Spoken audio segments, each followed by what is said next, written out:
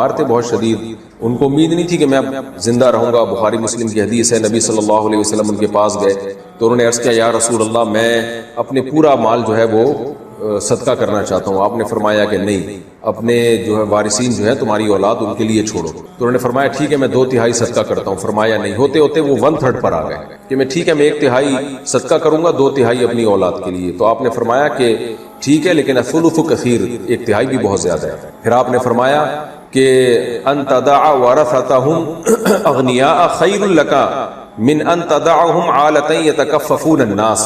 فرمایا تم اپنے بال بچوں کو کسی قابل چھوڑو کہ وہ لوگوں کے محتاج نہ ہوں، یہ زیادہ بہتر ہے اس بات سے کہ تم ان کو غریب چھوڑ کے جاؤ اور وہ لوگوں کے سامنے ہتھیلیاں پھیلاتے پھریں. تو اگر اللہ نے ماں باپ کو مال دیا ہے تو ان کو چاہیے کہ ایسا نہ کریں کہ بالکل ان کی اولاد جو ہے بالکل ہی ننگے پاؤں اور جو ہے ننگے بدن گھومتی پھرے اور ان کے پاس کھانے کا پیسہ بھی نہ ہو. تو اس لیے اپنی اولاد کو بہرحال شریعت نے ترجیح دینے کا حکم دیا. لیکن کوئی بہت زیادہ مالدار ہو تو اس کو لیے اجازت ہے بھائی، اس کی یا اولاد آپ کی اسٹیبل ہے، وہ سب کھا پی رہے ہیں، ان کو ضرورت نہیں ہے، تو پھر والدین کو اجازت ہے کہ وہ وصیت، لیکن پھر بھی 1/3 سے زیادہ نہیں کر سکتے. باقی غریب آدمی جس کے پاس ہے ہی تھوڑا، اس کے لیے تو بہتر یہ ہے کہ وہ 1/3 کی بھی وصیت نہ کرے. وجہ اس کی ہے کہ اس کی اولاد تو اس کا تو یعنی جو کچھ باپ چھوڑ کر جائے گا اس سے بھی گزارا نہیں ہو رہا، تو وہ 1/3 کی وصیت کر دے گا، ان کا حصہ تو اور کم ہو جائے گا. تو 1/3 کی وصیت بھی مالداروں کے لیے اس کی فضیلت ہے، لیکن جو مالدار نہیں ہے ان کے لیے حکم یہی ہے کہ پھر اپنی اولاد کو سارا اپنی اولاد کو دے کر جائیں. زندگی میں جو صدقہ کرنا ہے کریں. نبی صلی اللہ علیہ وسلم نے فرمایا انسان جو ہے وہ ساری زندگی بخل کرتا ہے، صدقے سے جان چھڑاتا ہے کہ میں صدقہ نہیں کروں گا کیونکہ کھانا ہے، اور جب موت کا وقت آتا ہے نا تو پھر وصیتیں کر رہا ہوتا ہے، اتنا فلاں کو دے دینا، اتنا فلاں کو دے دینا، اتنا فلاں کو دے دینا. تو یہ عمل کو نبی نے پسند نہیں کیا، کیونکہ آپ نے فرمایا وقت کان لفلان، اب تو یہ ورثہ کا ہو چکا ہے، اب کیا کر رہے ہو. تو غریب آدمی کو چاہیے اولاد کا خیال کرے، اور مالدار جس کو اللہ نے بہت پیسہ دیا ہو وہ اگر 1/3 کی وصیت کرتا ہے یا اس سے کم کی تو اس میں کوئی حرج نہیں. اسی طرح ایک بات یہ بھی ذہن میں رکھیں کہ اگر آپ کی اولاد انتہائی نالائق ہے، ماں باپ کو بہت زیادہ ستاتی ہے، تو بھی شریعت نے ماں باپ کو اجازت دی ہے کہ اولاد کو محروم کر سکتے ہیں، لیکن وصیت کے ذریعے نہیں. پھر وہ اس طرح سے محروم کر سکتے ہیں کہ زندگی ہی میں سارا غیروں میں بانٹ دیں اور ان کے قبضے میں دے دیں. خوب سمجھ لیں وصیت 1/3 سے زیادہ کی جائز نہیں. بعض دفعہ اولاد بہت شرارتی ہوتی ہے. بھی میں نے بیان میں بھی ایک واقعہ سنا ہے نا کہ ایک ڈیفینس میں ایک واقعہ ہوا، وہ بوڑھا باپ ہے اپنی اولاد کو بلا رہا ہے میری خدمت کرو، مجھے تنہائی کاٹ رہی ہے. وہ بچے آ نہیں رہے امریکہ میں، وہ انجوائے کر رہے ہیں. وہ کہہ رہا ہے بھائی میں بوڑھا ہو گیا ہوں، کوئی مجھے تنہائی، میں جاپانیوں کی طرح تو نہیں رینٹ پہ بندے بلا کے ان سے بات چیت کروں گا، میرے ساتھ دو. کوئی بھی نہیں آیا. تو اس نے بوڑھے نے کیا کیا کہ وہ سارا گھر اور ساری وراثت جو ہے نا اپنے چوکیدار جو جس نے بڑی خدمت کی اس چوکیدار کو دے دی، ہینڈ اوور کر دیا. تو انتقال ہو گیا. جیسی موت ہوئی ہے پتہ چلا اس کے بچوں کو باہر تو سارے آ گئے. تو الحمدللہ اس نے بڑا اچھا کام کیا. کورٹ نے فیصلہ کیا کہ یہ تو سارا چوکیدار کا ہے، اس نے خدمت کی تھی، اس کو دے کے چلا گیا. تو ایسے نالائقوں کے ساتھ بالکل یہی سلوک کرنا چاہیے، لیکن وصیت نہیں کر سکتے کہ میرے مرنے کے بعد جو ہے چوکیدار کو دے دینا. نہ دینا ہے جو ابھی دے کے ہینڈ اوور بھی کریں. بار بار میں یہ بات کہتا ہوں کہ قبضہ دیے بغیر ہبہ مکمل نہیں ہوتا. خالی نام کر دینے سے یا وصیت کر دینے سے نہیں ہے، ہینڈ اوور کریں گے تو اس کا ہوگا، ادروائز نہیں ہوگا. اور یہ قبضہ بھی یا یہ جو آپ گفٹ دیتے ہیں یہ بھی اس بیماری میں اگر آپ نے دیا جس میں آپ کی موت واقع ہو گئی اس بیماری کی وجہ سے، تو اس بیماری میں 1/3 سے زیادہ گفٹ بھی جائز نہیں ہے. یعنی ایک آدمی اگر بیمار چل رہا ہے اور اب اس کو پتا ہے کہ میں مرنے والا ہوں، تو اس نے کیا کیا، پوری وراثت اٹھا کے گفٹ میں کسی اور کو دے دی، تو شریعت اس میں 1/3 میں نافذ کرے گی، 2/3 واپس لے لے گی. کیونکہ موت کے بعد کے حکام اور موت سے پہلے جو بیماری تھی جس میں آپ کی موت واقع ہوگی اس کو بھی شریعت موت ہی قرار دیتی ہے. تو اس بیماری سے پہلے جو آپ تصرفات کریں گے وہ نافذ ہوں گے، اور اس بیماری کے بعد جو تصرفات کریں گے وہ شرعاً کالعدم ہوں گے. 1/3 تک نافذ ہوں گے، اس سے زیادہ کالعدم ہوں گے. تو یہ تو کچھ فقہی احکام تھے جو میں نے اس میں بتائے. بہرحال اللہ نے فرمایا کہ جو اولو الارحام ہیں ان میں سے بعض وہ زیادہ حقدار ہیں. ہاں رشتہ داروں میں جس کو وراثت نہیں ملنی اس کے لیے 1/3 کی وصیت جائز ہے. خوب سمجھ لیں جن کو وراثت ملنی ہے نا، وراثت میں حصہ، ان کے لیے وصیت کالعدم ہے، اس کی کوئی حیثیت نہیں ہے. جیسے آپ کے بیٹیوں کو وراثت ملنی ہے، آپ نے ایک بیٹے کو بولا کہ اس کو تھوڑا زیادہ دے دینا، 1/3 کی حد تک، 1/3 میں سے وصیت کر دی کہ اس کو دے دینا اتنا. وہ وصیت 1/3 کے تک جو وصیت جائز ہے وہ بھی وارثوں کے لیے وہ بھی حرام ہے، ناجائز ہے. وارثوں کے علاوہ کے لیے ہو سکتی ہے. وارثوں کا تو اللہ نے لگا بندہ حصہ کر دیا، اس میں نہ کمی ہو سکتی ہے نہ اضافہ ہو سکتا ہے. ہاں جو وارث نہیں ہے ان کے لیے جائز ہے، چاہے وہ رشتہ دار ہی کیوں نہ ہو۔ مثال کے طور پر پوتی کا بیٹے کے ہوتے ہوئے وراثت میں کوئی حصہ نہیں ہوتا تو پوتی وارث نہیں ہوتی، لیکن آپ کو خیال ہوا کہ جی چلو بھئی میری یتیم پوتی ہے، اس کا باپ مر گیا تھا میری زندگی میں، تو بیٹا موجود ہے، تو بیٹے کے ہوتے ہوئے پوتی کو نہیں ملتی، یتیم پوتی جو ہے اس کو نہیں ملتی، یا پوتے یتیم پوتے کو نہیں ملتی، تو آپ نے اس کے لیے 1/3 کی وصیت آپ شرعاً کر سکتے ہیں کیونکہ وہ وارث نہیں۔ آگے اللہ تعالیٰ فرماتے ہیں کان ذالک فی الکتاب مسطورا، یہ بات کتاب میں لکھی ہوئی تھی۔ کیا مطلب؟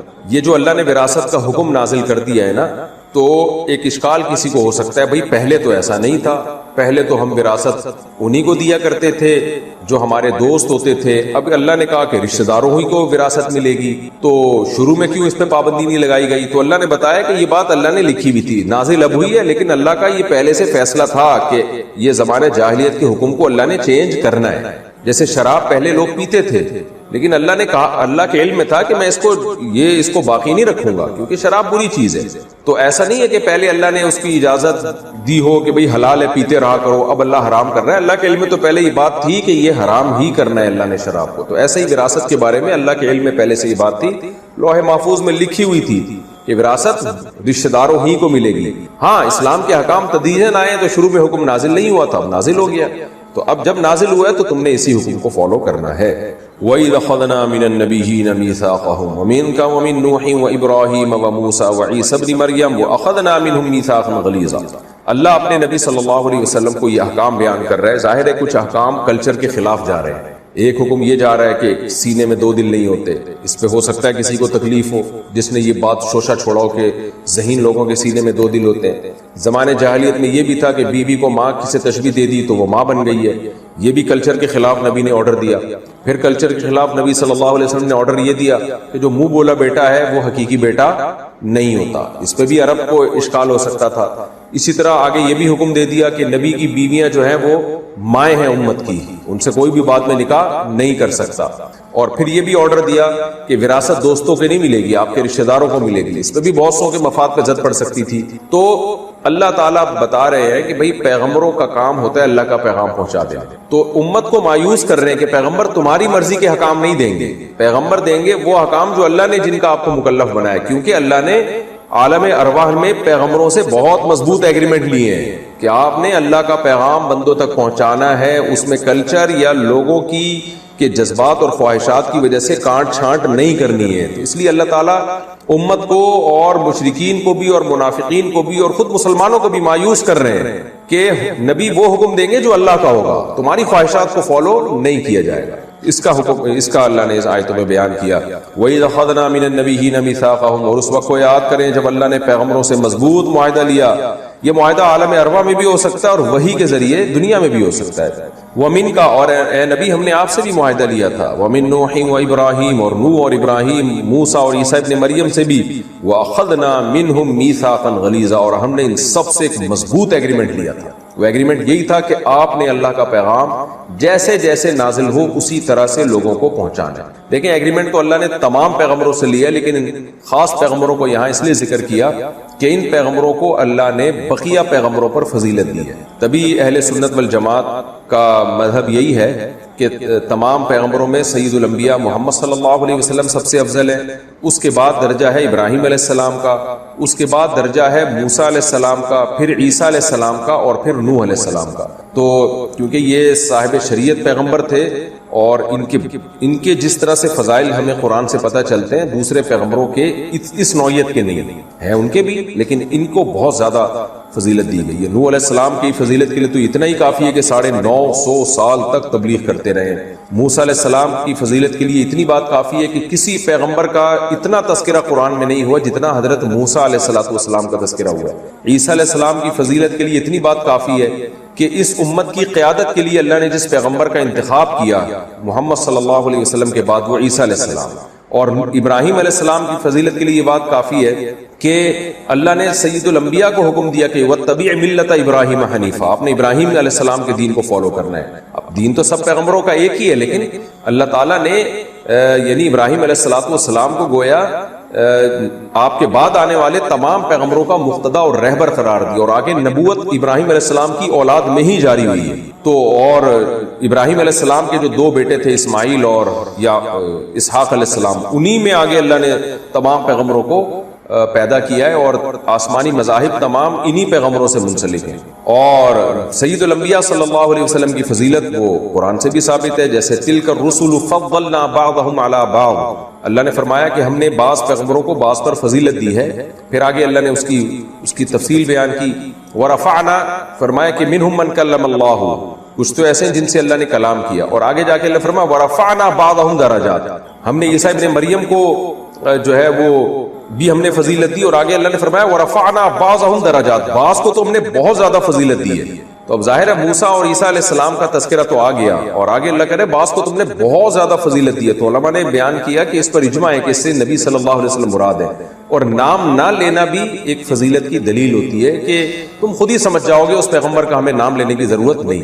تو اللہ نے بعض کے ذریعے سے خطاب کیا، بعض کو تو ہم نے بہت زیادہ درجات میں فضیلت دی۔ اور نبی صلی اللہ علیہ وسلم کی صحیح احادیث سے بھی مضمون ثابت ہے کہ اللہ تعالیٰ نے آپ صلی اللہ علیہ وسلم کو تمام پیغمبروں پر فضیلت دی ہے۔ ابھی وہ احادیث میں پیش کروں گا تو تفسیر لمبی ہو جائے گی، چونکہ میں اتنا ہی تفسیر میں اضافی باتیں بیان کرتا ہوں جو تفسیر کی روح کو سمجھنے کے لیے ضروری ہے۔ آگے اللہ فرماتے ہیں وَأَخَذْنَا مِنْهُمْ مِيثَاقًا غَلِيظًا، اور ہم نے ان تمام پیغمبروں سے بہت مضبوط ایگریمنٹ لیا تھا۔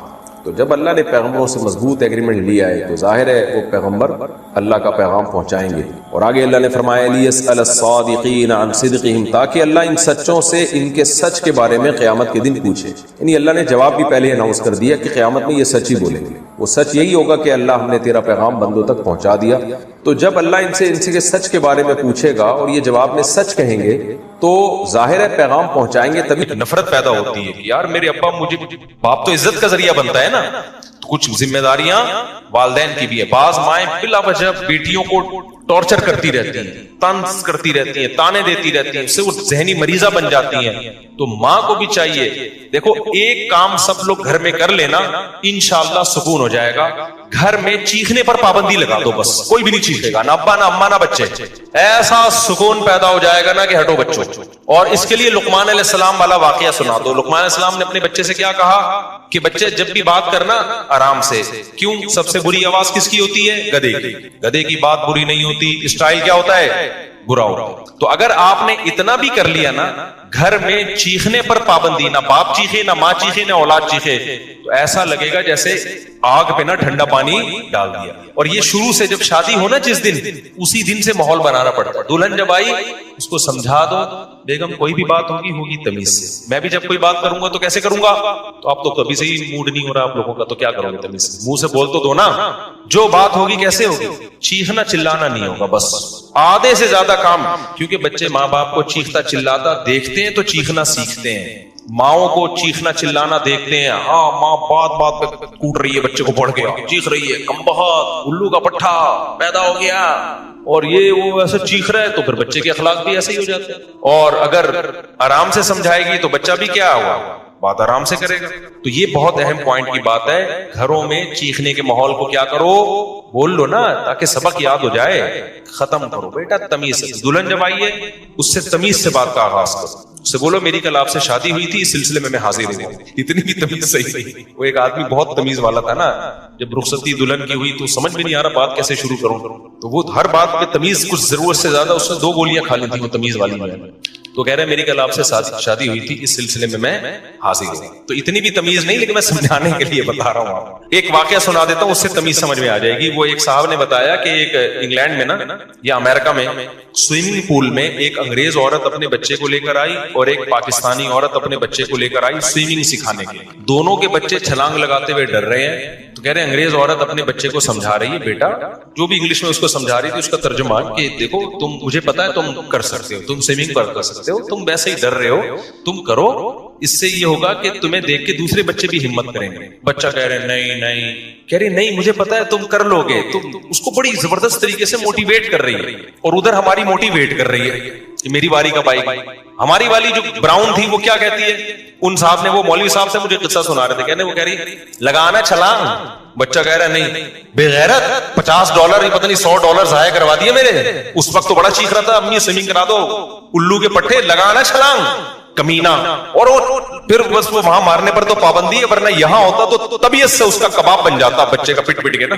لیکن زبان سے جتنے تانے دے سکتی تھی نا بے غیرت, وہاں تو شور مچایا ہوا تھا, پیسے ضائع کروا دیے. کہہ رہے میں دیکھ رہا ہوں یار یہ گوری ہے, یہ اپنے بچے سے کیسے بات کر رہی ہے, ہماری دیسی جو ہے. تو وہ جو اسٹائل ہے نا گوری کا, وہ قرآن و سنت کے مطابق تھا. ہماری والی قرآن و سنت کو مانتی ہے لیکن اس کو فالو نہیں کر رہی. تو اپنے نبی کو دیکھو, نبی نے اپنے بچوں کے ساتھ کیسا معاملہ کیا ہے. حضرت حسن حسین آپ کے کمر مبارک پہ بیٹھ جایا کرتے تھے. تو بچوں کو بگاڑنے میں ماں باپ کا بھی دخل ہوتا ہے. بہرحال ہم بچوں کو یہی کہیں گے تمہارے ماں باپ نے تمہیں سنوارا ہو یا بگاڑا ہو, لیکن تم پر بہرحال ان کا حق ہے. اب ایسا نہ ہو کہ آپ ابا سے بولو ابا چونکہ آپ نے مجھے بدتمیزی سکھائی ہے میں بات بدتمیزی سے ہی کروں گا. آپ کو تمیز ہی سے بات کرنی پڑے گی, کیونکہ ہم ماں باپ کی فرما برداری اور ان کے ساتھ حسن سلوک ماں باپ کی وجہ سے نہیں کرتے. کس کا حکم سمجھ کے کرتے ہیں؟ اللہ نے حکم دیا, اللہ پوچھے گا ہم سے. تو جب اللہ کا حکم ہے تو اب تو آپشن ہی نہیں ہے نا ہمارے پاس. آگے اللہ نے فرمایا اگر ماں باپ کے ساتھ کبھی بد کلامی ہو جائے تو پھر توبہ استغفار کا دروازہ کھلا ہوا, کیونکہ اکٹھے رہتے ہیں ہمیشہ, کبھی اونچ نیچ ہو جاتی ہے تو مایوس نہ ہونا, توبہ کر کے اپنے احوال کی اصلاح کر لینا. اللہ میاں نے کہا کہ سب سے زیادہ حق کس کا ہے؟ ماں باپ کا. ان کے ساتھ اچھا سلوک کرنا ہے. اچھا سلوک کیسا؟ کہ جب بوڑھے ہو جائیں, اب تمہارے کسی کام کے نہیں ہے, تو اب اصل میں تو خدمت شروع ہوئی ہے. اب کیا ہے؟ حق حقوق تو اب شروع ہو رہے ہیں. تو پہلا حق اپنی زبان پہ کنٹرول. عیدی سینٹر جمع کرانا, تو آپ سے کوئی ملے کہ میں نے اپنے ابا کو جمع کرا دیا عیدی سینٹر, بتاؤ آپ کی نظر میں اس کی کوئی عزت رہے گی؟ نہیں رہنی چاہیے. تو اپنے باپ کو جمع کرا کے آ گیا یار, گودوں میں پالتا بڑھاپے میں اس کو. یار وہ تنگ بہت کرتے ہیں ابا یہ کرتے ہیں. بھائی جو بھی ہیں, حق کب شروع ہو رہا ہے؟ اماں اور ابا کا بڑھاپے میں شروع ہو رہا ہے. فلا تقل لهما اف, اللہ کہتے ہیں اب ان کے سامنے اف نہیں کرنا. ولا تنہرہما, ان دونوں کو جھڑکنا نہیں ہے. جھڑکنا سمجھتے ہیں جیسے باس اپنے ملازمین کو جھڑکتا ہے, چلو یہاں سے جاؤ, یہاں سے دماغ کھایا ہوا ہے. بھکاریوں کو جھڑکا جاتا ہے, بس کر یار. یہ جو اسٹائل ہے نا فرعون والا بات کرنے کا, یہ اسٹائل ماں باپ کے سامنے بولو نہیں چلے. چپ ہو جاؤ, خاموش ہو جاؤ, آپ کون ہوتے ہو پہ اعتراض کرنے والے؟ یہ ڈائلاگ آج کل اولاد کے چل رہے ہیں. کس کے لیے؟ ماں باپ. آپ کون ہوتے ہو مجھے روکنے والے؟ آپ کو کس نے یہ رائٹ دیا؟ یہ اسکولوں سے سیکھ رہے ہیں. ایجوکیشن بہت آ رہی ہے, تمیز مارکیٹ سے شارٹ. یہ ایجوکیشن تمہیں جہنم کے عذاب میں لے کے جائے گی. اس سے وہ جاہل اچھا ہے, رکشا چلاتا ہے, ٹماٹر بیچتا ہے, لیکن اپنے باپ اور ماں سے تمیز سے بات کرتا ہے. اللہ کی نظر میں وہ زیادہ پڑھا لکھا ہے. تو ولا تقل لهما اف ولا تنهرهما وقل لهما قولا کریما. آگے اللہ نے فرمایا کہ صرف اتنا نہیں کہ بے عزتی نہیں کرنی, جھڑکنا نہیں ہے اور اف نہیں کہنا. تو انسان کہتا ہے چلو بدتمیزی سے پیش نہیں آنا, نارمل رہنا ہے. نا نارمل بھی نہیں. قل لهما قولا کریما, ایسی بات کرنی ہے جس سے عزت جھلک رہی ہو, ایسے لگ رہا ہو جیسے کوئی ملازم اپنے آفیسر سے بات کر رہا ہے. کریم کہتے ہیں عزت دار. قول کریم ہونا چاہیے جس سے رسپیکٹ کیا ہو, نظر آ رہی ہے, لوگوں کو پتا چلے یہ اولاد ہے اور یہ کیا ہے, باپ ہے. آج جو لبرل طبقہ جب آتا ہے نا ہم سے ملنے کے لیے اپنے بچوں کی پرابلمز کو لے کے, تو میں یقین سے بتاؤں مجھے بچہ باپ لگ رہا ہوتا ہے اور باپ بچہ. باپ بچے کے سامنے بڑی تمیز سے, کہ بچے کو ایسا نہ مائنڈ کر جائے, بچہ ایسے آرام سے بات کر رہا ہوگا. ایکچولی مفتی صاحب میرے یہ بیٹے ہیں, حالانکہ ایک ہی ہے لیکن اس کو عزت میں ہیں کہہ رہا ہوتا ہے. ویسے ہوتے بھی ایک ہی عام طور پہ لبرل لوگوں کے, یہ میرے بیٹے ہیں, ایکچولی تھوڑا سا نہیں ہوں بیٹا, ایسا چیخنا شروع کر دوں گا. بیٹا وہ اصل میں دیکھیں میں آپ کو سمجھانا چاہ رہا تھا نا, میں مفتی صاحب ہے, تھوڑا سا احتیاط سے بات کرتے ہیں. نہیں آپ مفتی صاحب یہ دیکھو نا یار, یہ ابا باتیں کیسی کر رہے ہیں. تو مجھے 2-3 دفعہ ارادہ ہوا میں ابا کی جگہ اس کو بٹھا دوں اور اس کی جگہ کس کو بٹھا دوں, ابا. اور میں بولوں بھائی آج سے ابا تو ہے, یہ کون ہے؟ اسٹائل سے تو لگ رہا ہے باپ تو ہے. تو یہ تربیت یہ ہو رہی ہے مارکیٹ میں, یہ ہو رہی ہے تربیت. تو اپنے اسٹائل سے یہ ثابت کرنا پڑے گا کہ ابا جو ہے وہ ابا ہے, اما جو ہے وہ کیا ہے, بیٹیاں اماں کے ساتھ بڑی بدتمیزی کرتی ہیں. یار آپ کون ہوتی ہو مجھے روکنے والی, آپ کون ہوتی ہو, آپ چپ ہو جاؤ, میں کیوں چپ ہوں. یار یہ اسٹائل ہے بھائی, ہم تو اپنے بچپن میں تصور نہیں کر سکتے تھے کہ آپ کون ہوتی ہو مجھے روکنے والی. ماں جب کہہ رہی ہے چپ ہو جاؤ تو آپ چپ ہو جاؤ, میں کیوں چپ ہوں. خدا کی قسم ہم اپنے بچپن میں یہ تصور نہیں کر سکتے تھے کہ کوئی اولاد اپنی ماں، کوئی بیٹی اپنی ماں کو یہ الفاظ کہہ سکتی ہے. بڑے بدتمیزی والے الفاظ ہیں یہ. تو یہ بہت خطرناک بات ہے. اس لیے اللہ تعالیٰ قرآن میں فرماتے ہیں وَقُلْ لَهُمَا قَوْلًا كَرِيمًا. بات کیسے کرنی ہے؟ عزت کے ساتھ. وَاخْفِضْ لَهُمَا جَنَاحَ الذُّلِّ مِنَ الرَّحْمَةِ. یہ تو بات کا اسٹائل بتا دیا. کھڑے ہونے کا اسٹائل کیسا ہو؟ ذلت سے اپنے بازوؤں کو جھکانا ہے. دیکھنے سے بھی بات سے بھی پتا چلے کہ یہ چھوٹا ہے اور وہ بڑے ہیں, اور کھڑے ہونے اور کے اسٹائل سے بھی پتا چلے کہ یہ چھوٹا ہے اور وہ کیا ہیں, بولو بڑے ہیں. ایسے سینہ تان کے ان کے سامنے کھڑا ہوا, ابا نیچے بیٹھے ہوئے خود اوپر چڑھ کے بیٹھا ہوا ہے, تو یہ بڑی غلط بات ہے. ایسے بھی ہم نے دیکھے سنا ہے کہ ابا بچوں کے جوتے پالش کر رہے ہوتے ہیں. بڑی غلط بات ہے یار, بچے کو تو کرنے ہی نہیں دینا چاہیے یہ کام. ابا کیوں کرے گا بھائی یہ؟ آگے اللہ نے فرمایا وَآتِ ذَا الْقُرْبَى حَقَّهُ, قریبی رشتہ داروں کو ان کا حق دو. یہ بھی اللہ کا بہت اہم حکم ہے. قریب ترین رشتوں کا حق دوسروں سے زیادہ. 5 منٹ میں بس بیان ختم کر رہا ہوں. میں نے سوچا کہ 1 گھنٹے سے زیادہ نہیں بڑھنے دوں گا بیان. قریب ترین رشتہ داروں کو ان کا حق دو. آج سے عزم کریں, سب سے قریبی بھائی بہن ہوتے ہیں, پھر والدہ کے ابا اور اماں کے جو رشتہ دار ہیں, ماموں, چچا, پھپھو, خالہ, یہ ہیں, پھر ان کے بچے ہیں, اپنے بہن بھائیوں کے بچے ہیں, تو یہ سب سے کیا ہیں؟ قریبی. تو ان کو ان کا حق دو. کیا مطلب؟ ان میں کوئی غریب ہے, مسکین ہے, تو آپ کی ذمہ داری ہے آپ تفتیش کریں کہ کون مستحق ہے, اس کو مانگنے کا موقع نہ آئے, آپ نے خود اس کے ساتھ تعاون کرنا ہے, پوچھنا ہے. آگے اللہ فرماتے ہیں والمسکینہ, غریبوں کو ان کا حق دو, مسافروں کو دو. مسافروں کو کیسے چونا لگایا جاتا ہے؟ کوئی مسافر آ جائے نا ٹیکسی والے کے پاس, ٹیکسی والے کو پتا چل جائے کہ یہ مسافر ہے, ٹیکسی والا اس کو 10 کے 4 گنا ریٹ بتا رہا ہو, اس کو پتا ہے اس کو یہاں کے ریٹ پتہ ہی نہیں ہے. ہم بچپن سے دیکھ رہے ہیں. پہلے تو گورے بہت آیا کرتے تھے, ورلڈ ٹریڈ سینٹر کے بعد آنا بند ہو گئے. پہلے گورے بہت آیا کرتے تھے. ہمیں یاد ہے جب انگریز آتے تھے نا تو وہ ٹیکسی والے نا ان کو ڈبل سے بھی زیادہ کرایہ بتاتے تھے. حالانکہ کوئی بھی مسافر ہے بھائی دوسرے, تو وہ رعایت کا مستحق ہے. لاہور میں ہم جاتے تھے تو ٹیکسی والے کو پتا چل جاتا تھا ہماری اردو سے یہ کہاں سے آیا ہے, کراچی. ٹیکسی والا چونا لگاتا تھا, ہم کہتے تھے بھائی وہاں جانا ہے, گلی کے ساتھ طواف کرتا تھا وہ گلی میں, ہمیں پتہ ہی, ہم سمجھ نہیں گلی آ رہی ہے, اسی گلی میں گھمایا جا رہا ہے. پھر جب 3-4 دفعہ وہی درخت آئے تو پھر اگلی گلی, او جناب 50 کلومیٹر دور, حالانکہ وہ اس کھمبے سے لے کے اس کھمبے تک گیا ہے. ہم سمجھ رہے ہیں بہت لمبی ٹریولنگ کر کے ہم یہاں پہنچے ہیں. جب رشتہ داروں کو بتاتے تو کہتے ہیں بھائی یہ تو یہاں اترے تھے, یہاں سے یہاں تو 5 منٹ لگتے ہیں. لاہور والے ایسے ہوتے نہیں ہیں, لیکن مجھے 2-3 ٹکرے ہیں, ہوتے نہیں ہیں, لیکن ہر جگہ کراچی میں بھی ہوتے ہیں, لاہور میں بھی ہوتے ہیں, ہر جگہ ہوتے ہیں. تو یہ آپ کو جب پتا چل گیا بندہ کراچی کا ہے تو چونا نہ لگاؤ, بلکہ اس کو عزت دو. پنجاب والا جب کراچی آئے, آپ کو اس کی لینگویج سے پتا چل گیا یہ لاہور یا ملتان سے آیا ہے, تو بجائے چونا لگانے کے آپ اس کو کیا دو کہ یار اپنے کراچی میں آیا ہے تو ہم ایسا معاملہ کریں گے کہ اچھا امیج لے کے جائے گا. یار کراچی والے تو کیا ہوتے ہیں, بڑے خاندانی, لیکن پاکستان میں ہر آدمی کے پاس چونے کے ڈبے ہیں, ٹھیک ہے نا. وہ کہتا ہے یار کوئی بندہ ملے ٹوپیاں لے کے بیٹھے ہوئے ہیں, کوئی بندہ ملے جس کے سر پہ آ جائے اس کو پہنا. تو یہ کام مت کرو, قرآن منع کرتا ہے. آگے اللہ فرماتے ہیں وَلَا تُبَذِّرْ تَبْذِيرًا, خرچ کرنا ہے, رشتہ داروں پہ بھی پھینکنا نہیں ہے. ایسا نہ ہو سخاوت کے جوش میں آ کے یوں اڑانا شروع کر دو اور پھر کل لوگوں سے بھیک مانگ رہے ہو. جی کس سلسلے میں آئے؟ جی وہ میں نے بیان سن کے سخاوت اتنی کر دی تھی کہ آج میرے پاس گیس بجلی کے بل کے پیسے نہیں کیا کرو, یہ شیطان کا کام ہے.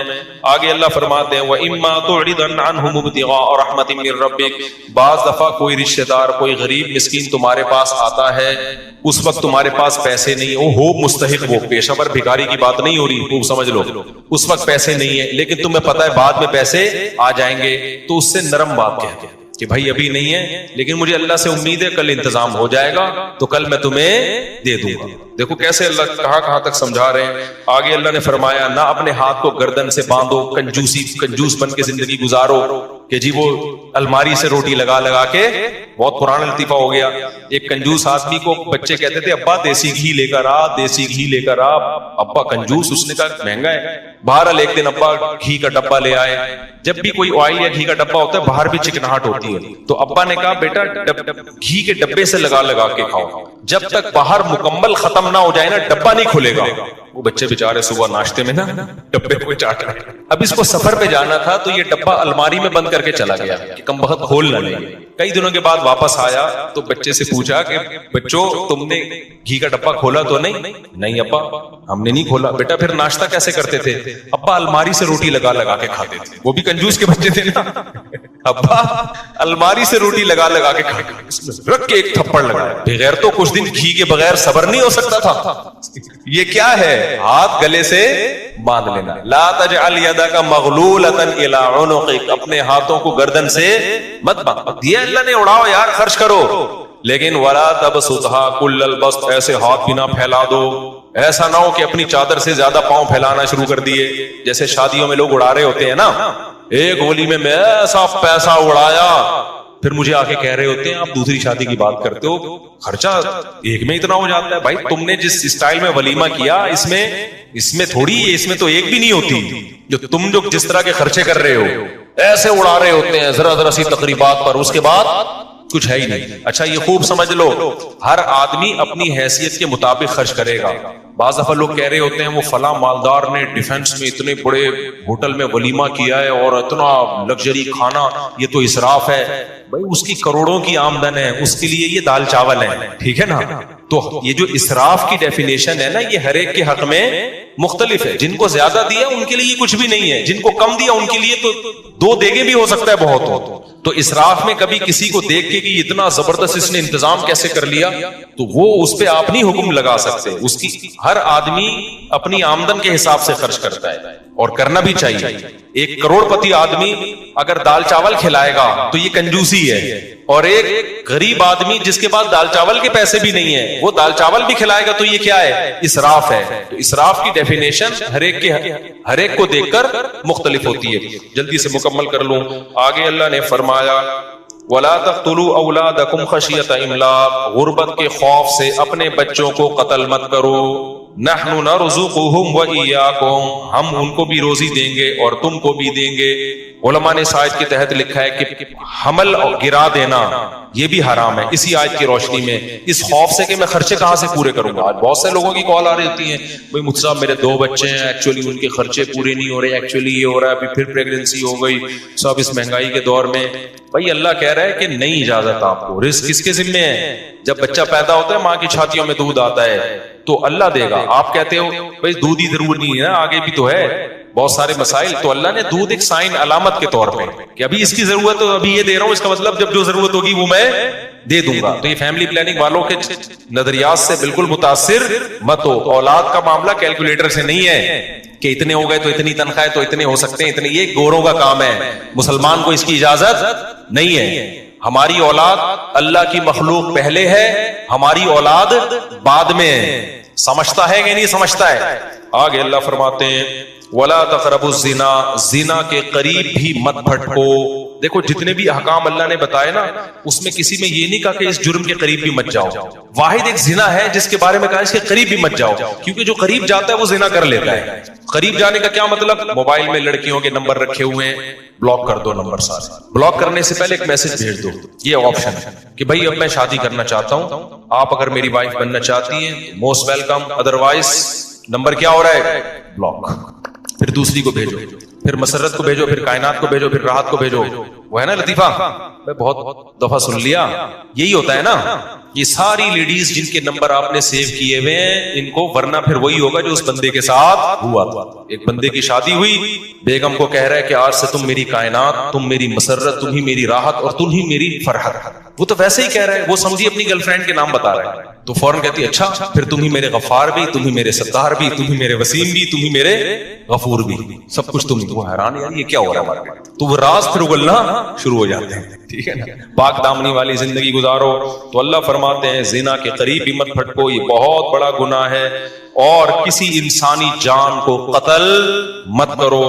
آگے اللہ فرماتے ہیں وَلَا تَقْرَبُوا مَالَ الْيَتِيمِ. یتیم کے مال کے بھی قریب مت جاؤ. یہاں بھی قریب جانے کا, قریب جانا کا یتیم کسے کہتے ہیں؟ آپ کے بھائی کی ڈیتھ ہو گئی, اس کے چھوٹے چھوٹے بچے ہیں تو چچا ان بچوں کی وراثت کھا جاتا ہے, بڑا بھائی چھوٹے بھائیوں کی وراثت کھا جاتا ہے. یتیم کا مطلب یہ نہیں کہ عیدی سینٹر سے یتیم بچوں کے چپل کوئی چوری کر رہا ہے جا کے, یہ عربوں میں نہیں ہوتا تھا. یتیم کا مطلب ہے کہ جب باپ مر گیا تو چھوٹے بچوں کی وراثت رشتہ دار کھا جاتے ہیں. اللہ کہتے ہیں یہ کام مت کرنا. وَأَوْفُوا الْكَيْلَ إِذَا كِلْتُمْ, ناپ تول میں کمی مت کرو. اپنا حق لینے کی باری آتی ہے تو پورا حق لیتے ہو, دینے کی باری آتی ہے تو ڈنڈی مارتے ہو, ایسا مت کرو. اوفوا بالعہد, معاہدوں اور ایگریمنٹ کو پورا کیا کرو. آگے لا تقف ما لیس لک بہ علم, جب تک مکمل نالج نہ ہو کسی چیز کے در پہ نہ ہو تبصرہ مت کیا کرو. فلانے نے یہ کر دیا, فلانے نے یہ کر دیا. کل مجھے کسی نے پوسٹ بھیجی کسی آفیسر کے بارے میں کہ وہ یہ کروڑوں روپے کھا گیا اور یہ کر رہا ہے. میں نے کہا آپ نے خود اپنی آنکھوں سے دیکھا ہے کتنے روپے کھا گیا وہ, اپنی آنکھوں سے دیکھا ہے؟ کہہ رہے نہیں میں نے دیکھا تو نہیں ہے لیکن یہ دیکھو ثبوت ہے. میں نے کہا ان ثبوت کو تجزیہ آپ کو اینالائز کرنا آتا ہے, آپ تجزیہ کرنا آتا ہے, آپ جج ہو؟ کہہ رہے یار.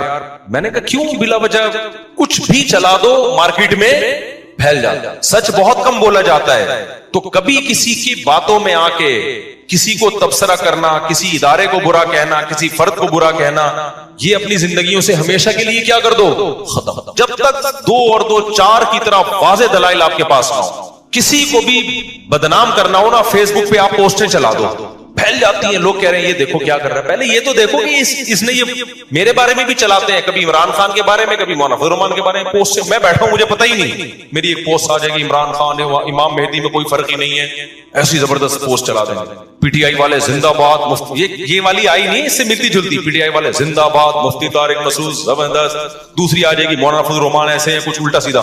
جیوا والا ابے اس کی ایسی کی تیسی, ابے اس کی ہے. نہ میں نے ادھر کچھ کہا ہوتا ہے, نہ میں نے جو میں نے تقریریں کی ہوئی ہیں وہ پڑھی ہوئی ہیں, وہ ویڈیو ہے وہ سن, وہ اس کا میں ذمہ دار ہوں. ایک میری پوسٹ کسی نے چلا دی کہ یزید جنتی ہے, نیچے شیعوں کی گالیاں دبا کے.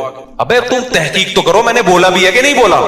آگے ہے کہ کیونکہ قسطنطنیہ کی لڑائی میں وہ شریک تھا لہذا وہ کیا ہے, جنتی. شیعہ لوگوں نے دبا کے گالیاں لکھی ہیں, یہ یزیدی ہے, یہ فلانا ہے. بھائی تم تحقیق تو کرو, یہ کس نے چلایا ہے؟ ہمارے آفیشیل چینل سے تو کوئی پوسٹ نہیں چلی. اب تک وہ یہی سمجھ رہے ہیں کہ یہ کیا ہے, یزید کو جنتی. نہ میں نے اس کو جنتی بولا, نہ میں نے اس کو جہنمی بولا, کچھ بھی نہیں بولا. میں نے اس پہ تبصرہ ہی نہیں کیا. پوسٹ دبا کے کچھ بھی اٹھا کے ڈال دو نا. ہماری قوم میں یہ شعور نہیں ہے کہ تحقیق کریں ایسا ہوا بھی ہے کہ نہیں ہوا, تو چلاتے رہتے ہیں مارکیٹ میں. ہاں ہمارے جو ویڈیو بیانات ہیں اس کا میں ذمہ دار ہوں بھائی, جو میں نے بولے ہیں اس کا میں ذمہ دار ہوں. آپ وہ ویڈیو کٹنگ اس کو بھی کٹ کر کے نہ چلاؤ. ابھی ایک تراویح کا بیان کٹ کر کے چلایا میں لوگوں نے. تراویح کے بارے میں یہ کہہ رہا ہوں کہ نبی صلی اللہ علیہ وسلم سے کوئی تعداد ثابت نہیں ہے. ادھر ٹک ٹک یہاں روک دیا. اور اتنی بات کہ بھائی اگر صرف حدیثی کو دیکھنا ہے تو پھر تو غامدی صاحب صحیح کہہ رہے ہیں, یہاں کٹ کیا. دیکھو مجھ صاحب کہہ رہے ہیں, غامدی صاحب کیا کہہ رہے ہیں, لیکن پوری بات آگے. اچھا اس پہ اتنا پروپیگنڈا ہوا, پھر جامعۃ الرشید میں ہمارے استاذ ہیں مفتی محمد صاحب, ان سے باقاعدہ سوال پوچھا گیا کہ مفتی صاحب نے یہ بولا ہے کہ حدیث میں تو کوئی تذکرہ ہی نہیں ملتا, ثابت ہی نہیں ہے. پھر انہوں نے اس کا جواب دیا. اتنا پروپیگنڈا. حدیث میں تبصرہ نہیں ملنے کا مطلب یہ ہے کہ سند کے لحاظ سے کوئی صحیح حدیث ہمارے پاس موجود نہیں ہے کہ جو نبی نے 3 دن تراویح پڑھی تھی کتنی رکعتیں تھی. لیکن حضرت عمر کا عمل بتاتا ہے کہ نبی نے 20 پڑھی ہوں گی. تو نبی سے ثابت ہونے کے لیے 2 طریقے ہوتے ہیں. ایک ہے تواتر, صحابہ کا عمل, وہ خود بتاتا ہے کہ نبی نے کیا کیا ہے. ایک ہے حدثنا فلان کے ساتھ کوئی سند. بہت سارے شریعت کے احکام آتے ہیں حدیث میں نہیں ملتے, صحابہ سے پتہ چلتا ہے. رکوع میں جا کے جب ہم کھڑے ہوتے ہیں ہاتھ چھوڑنا ہے, ہاتھ باندھنا ہے, حدیث میں کوئی تذکرہ نہیں ہے, لیکن پوری امت کیا کرتی ہے, ہاتھ چھوڑتی ہے. کیوں؟ تواتر عملی ہے. امت کا عمل بتا رہے کہ نبی نے ہاتھ چھوڑے ہوں گے.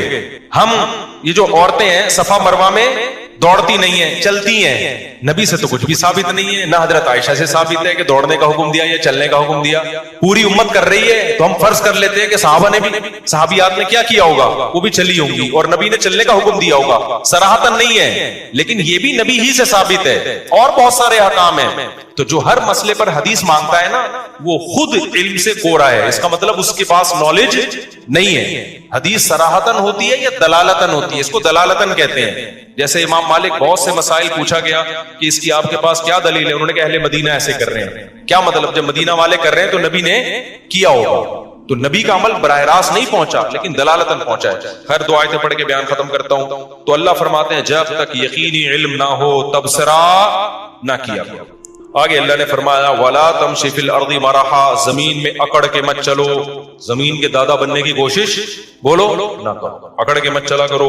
کیوں؟ اِنَّكَ لَن تَخْرِقَ الْأَرْضَ، زمین کو نہ تم اپنے پاؤں کی طاقت سے پھاڑ سکتے ہو اور نہ سینہ اتنا اونچا کر سکتے ہو کہ کیٹو کی پہاڑی سے اوپر جھانکنا شروع کرو. تو جتنے ہو اتنے ہی رہو. تو یہ چند احکام تھے اللہ نے بیان کیے، اس کو کہتے ہیں اپنی اوقات میں رہو. اس پر میں اکثر ایک بات کہتا ہوں، جو زیادہ فنڈر بن رہا ہو نا اس سے کہیں تو بیت الخلاء کس وقت جاتا ہے، وہ بتائے گا مغرب کے بعد جاتا ہوں یا صبح 8 بجے جاتا ہوں. بولو تیری اوقات کیا ہے؟ صبح 8 سے 8:30. اصل اوقات تیری کتنا بھی اکڑتا ہونا، جب واش روم میں جا کے بیٹھتا ہے اور آگے میں ڈیلیٹ کر دیتا ہوں، اس وقت انسان کو اپنی اوقات سمجھ میں آ جاتی ہے کہ تو اصل میں ہے کیا. اس لیے ہم نے بزرگوں سے علماء سے سنا ہے کہ تکبر ہمیشہ پرلے درجے کا بے وقوف اور احمق کرتا ہے. ذرہ برابر بھی عقل ہونا انسان میں، وہ متکبر نہیں ہو سکتا. تکبر ہمیشہ کون لوگ کرتے ہیں؟ بے وقوف جو اپنی اوقات بھول جاتے ہیں. وہ یہ بھول جاتے ہیں غلیظ پانی سے اللہ نے پیدا کیا، ماں کے پیٹ سے باہر نکالا، بچپن میں کیسے ماں کے محتاج تھے، بات بات پہ روتے تھے، ذرا ذرا سی بات پہ چیختے تھے، چلاتے تھے، مائیں سہارا دیتی تھی. اس وقت دادا گیری تھی کیا؟ ماں پھینک کے چلی جاتی، کیا اوقات تھی اس وقت؟ کتنے عرصے لنگڑا کے چلتے رہے، ٹوٹے کبھی ادھر جا رہے، توتلا بول رہے، آہستہ آہستہ بولنا سیکھے. تھوڑے دنوں کے لیے اللہ نے جوان کر کے سیدھا کر دیا، تھوڑے دنوں میں اپنے آپ کو زمین کا باپ سمجھنا شروع. ظلم کرتا ہے، تو کون ہوتا ہے مجھے سمجھانے والا، تو کون ہے مجھے سمجھ. ابے بھائی تھوڑے دن کے لیے تجھے جوانی ملی ہے، ابھی دوبارہ آہستہ آہستہ بڑھاپے کی طرف تو آئے گا. پھر بڑھاپے میں دیکھو نا ہوتا کیا ہے، کانپ رہے ہوتے ہیں، راشا تاری ہو گیا. وہ ایک سنگر تھا، بڑی اچھی آواز تھی، جب بوڑھا ہو گیا تو جب گاتا دانت نکل کے نیچے گر جاتے اس کے، کیونکہ الفاظ نکالنے کے لیے دانت کا منہ میں ہونا ضروری ہے. کچھ الفاظ نکلتے ہی نہیں دانتوں کے بغیر. تو پھر بیچارے نے بتیسی لگوائی، پھر جب گانا گاتا بتیسی گر جاتی، پھر لگاتا، پھر گاتا، گر جاتی. اس نے کہا بھائی بار بار کیسٹ کیوں چینج کر رہے ہو، ایک ہی کیسٹ میں بیان کرو نا. تو بڑھاپے میں یہ حال ہوگا، کمر جھکے گی، ہائی ہوئی کی آوازیں آئیں گی. تو یہ اپنا ماضی دیکھو، اپنا فیوچر دیکھو. اور حال بھی کیا ہے، ایک وائرس آ گیا کورونا کا یا کوئی اور بیماری آ گئی، دھڑام سے ایسی کی تیسے. تو نہ حال تمہارا، ابھی تھوڑی سی جوانی ہے، تھوڑا سا کوئی وائرس آڑا ترچا چلا گیا، بیڑا غرق، بخار ہو جاتا ہے، کیسے پڑ جاتے ہیں، چلا رہے ہوتے ہیں. ایک مچھر نے آ کے صبح صبح کاٹ لیا، ڈینگی مچھر نے، اس کی وجہ سے لمبے ہو گئے، پلیٹلیٹس گر گئے، بھیک مانگ رہا ہوتا ہے یار کہیں سے سفید سیل مل جائے مجھے اللہ کا واسطہ. تو تکبر ہمیشہ پرلے درجے کا احمق اور بے وقوف کرے گا جو تھوڑی سی نعمت ملنے پر اپنی اوقات بھول جاتا ہے. جیسے کسی بھکاری کو آپ نے 3 پیس سوٹ پہنا کے نہا دھو کے کشکول لے کے گاڑی میں بٹھا دیا، جبکہ اس کو پتا ہے یہ تھوڑی دیر کے لیے ملا ہے، چھین لیا جائے گا، لیکن وہ بھکاری گاڑی میں بیٹھ کے سیلفیاں لے رہے ہیں اور غریبوں کو ٹکرے مارتا ہوا جا رہا ہے رکشے والوں کو.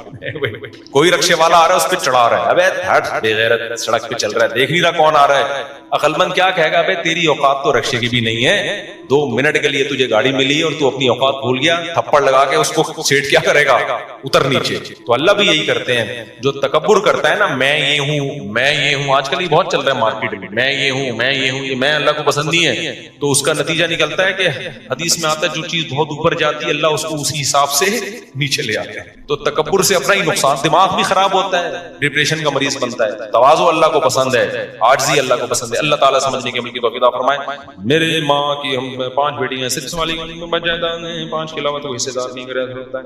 اگر بھائی ماں کے اولاد میں صرف بیٹیاں ہیں بیٹے نہیں ہیں تو 2/3 حصہ بیٹیوں کو ملے گا، اور اگر شوہر زندہ ہے تو 1/4 شوہر کو ملے گا. وہ زندہ نہیں ہے تو ماں کی ماں باپ کو جائے گا، ماں کے ماں باپ کو. وہ بھی نہیں ہے تو پھر ماں کے بھائیوں کو جائے گا، یعنی بچیوں کے ماموں کو. تو 2/3 بیٹیوں کو ملے گا، باقی سارا ماموں کو ملے گا، اگر باقی لوگ نہیں، بچیوں کے ماموں. سورہ نساء کی آیت میں وَلَكِنْ شُبِّهَ لَهُمْ کا علمی ترجمہ کیا ہوگا، کیونکہ غیر مسلم اکثر کہتے ہیں کہ خدا دھوکہ دے سکتا ہے. کیا دھوکہ دے سکتا ہے، کس طرح سے؟